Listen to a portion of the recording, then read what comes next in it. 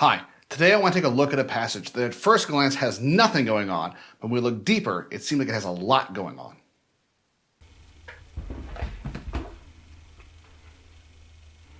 One of the things I like to do as a preacher is preach my way through long sections of text, usually entire books. At the time that I'm recording this, we are in the middle of going through the Gospel according to Matthew. We've been going at it for almost 2 full years at this point, and it'll probably be a few more months before we're done with it.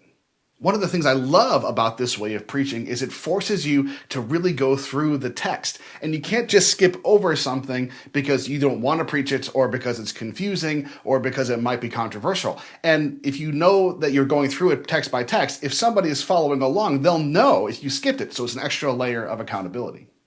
But if you do things like this, if you're committed to preaching your way through an entire book, what that means is sometimes you'll come across texts that are a little bit confusing. In Matthew chapter 14, we read a story about Jesus miraculously feeding a crowd of 5,000 men plus women and children. And just one chapter later, we read about a nearly identical miracle where Jesus feeds 4,000 men plus women and children. So not only are those two stories both in the same book, but they're really close to each other. And the fact that they were so close to each other meant that I was preaching on them probably only about a month apart. So what do you do when you're faced with an almost identical story just a month after the last one? Do you skip over it? Do you just repeat the things you said before? I have to admit that I started my sermon with a reference to The Matrix because it felt so much like deja vu. So what I ended up doing was talking about all the little differences in the details between the two texts. And I got a lot of really positive feedback about it both that week and actually for several weeks to come. I got the impression that a lot of people knew that both stories were in the Bible, but they knew the feeding of the 5,000 better, and so they didn't really know what to do with the other one, and so they were glad that I talked about it. On the surface, the only differences between the two stories are in the numbers. When Jesus feeds the 5,000, he does so with 5 loaves of bread and 2 fish. And after everybody has eaten their fill and there's leftovers, we take up 12 baskets of those leftovers. But when Jesus feeds the 4,000, he has 7 loaves of bread, a few small fish, and there are 7 baskets of leftovers. Let me start out by pointing out that no matter how you look at it, even a casual reading of the stories makes it really clear that the second miracle is less extravagant. Jesus starts with less food, he feeds fewer people, and there are less leftovers at the end of it. Now, if we're reading through and the second miracle were more extravagant, were bigger than the first one, we could talk about one of the meanings of it is that Jesus' power does not diminish, but it grows and expands as he moves towards the climax of his ministry. But we can't do that. So what do you do with a miracle when the second miracle is less than the first one? So, like we so often are in situations like this, we're left with a choice on how we will interpret things. Either there's something else going on underneath the surface here, or it is completely unclear why Matthew chose to include this story. If we want to assume that the gospel writers were doing what they were doing for a reason, then we have to assume there's something else going on below the surface. Now, the clue that makes it really clear that something else is going on here is in the number of baskets of leftovers in that first story of feeding the 5,000. There are 12 baskets of leftovers. And this is not the first time we've heard the number 12 in a significant sense in the Bible.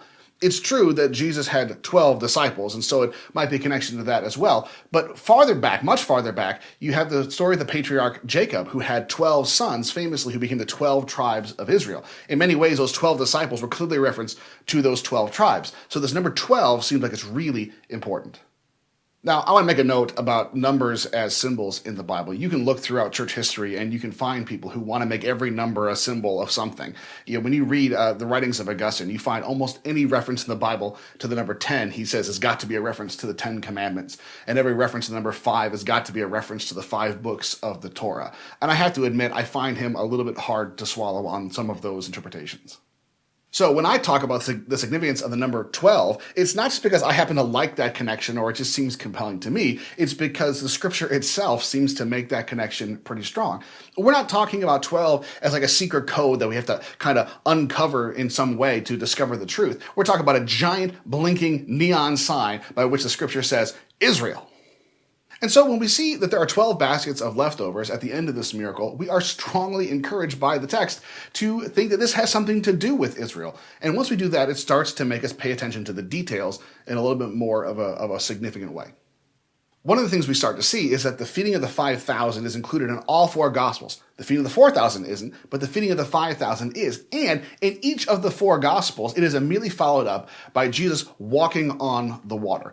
And there have been some who have interpreted that as saying that this is like Israel, who's receiving the manna from heaven and then walking across the Red Sea. I'm not 100% sure that I buy it, but it's an interesting take. And if it's the case, then what it does is further solidify the fact that this is a miracle that is dealing with Israel.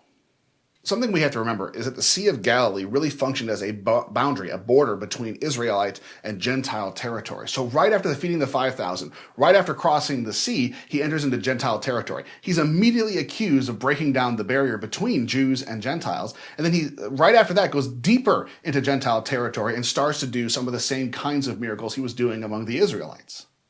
One of those miracles was the healing of the daughter of a Canaanite woman.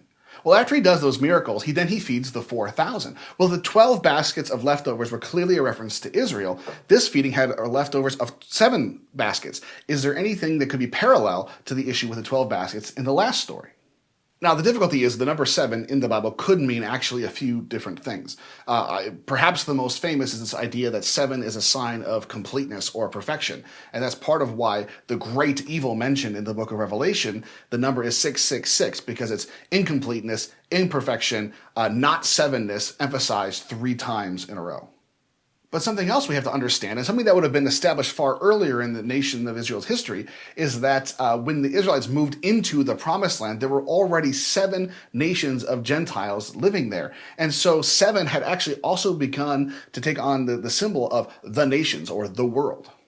All of a sudden, the differences in the 2 different stories take on clear focus and become very important, because the first miracle takes place among the Jews. There are 12 baskets of leftovers symbolizing Israel. But the second miracle is done among the Gentiles, and there are 7 baskets of leftovers symbolizing the rest of the world. So, if you want to be cynical, you could say that the miracle that Jesus did among the Jews was much more extravagant than the miracle he did among the Gentiles. And so there could be a sense in which God's blessing for the Gentiles is seen to be less than that for the Jews. And since the church is predominantly made up of Gentiles today, that could be something of a discouraging idea. However, there are 2 things to take note of. First of all, Jesus does the same miracle among both groups of people. It isn't like Jesus fed the Jews and let the Gentiles go away hungry. And so that means that even while Jesus is self-consciously being sent only to the lost sheep of Israel, he is still not leaving the Gentiles out of the promises of God. Also, while it's true that the miracle done among the Gentiles is less extravagant than that done among the Jews, it's important to realize that nobody went away hungry. Who cares whether there were 7 baskets of leftovers or whether there were 12? You can only have leftovers after everybody has eaten as much as they want to. So even if we were to say that the blessing of God for people like me, Gentile Christians, is less than it would be for Jewish Christians, then it doesn't really matter, because there's still more than enough for us. There's more than enough for you. There's more than enough for me. I am not left out in the cold. I'm not left out hungry. I am also fed just like the rest of God's people. And that shows us that even the poverty of God is really riches.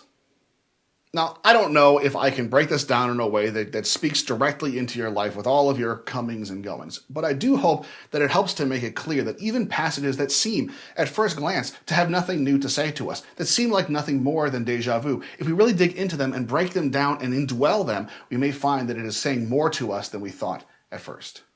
So what that means is that when you find yourself being stumped by a passage in the Bible, I hope that this is a reminder and an encouragement to get you to dig deeper and to press in more fully rather than to throw your hands up in frustration. Well, that's all for today. If you have any questions or any topics you'd like me to take up, please send me an email at pastorstevik@gmail.com. Thanks for watching, and have a good day.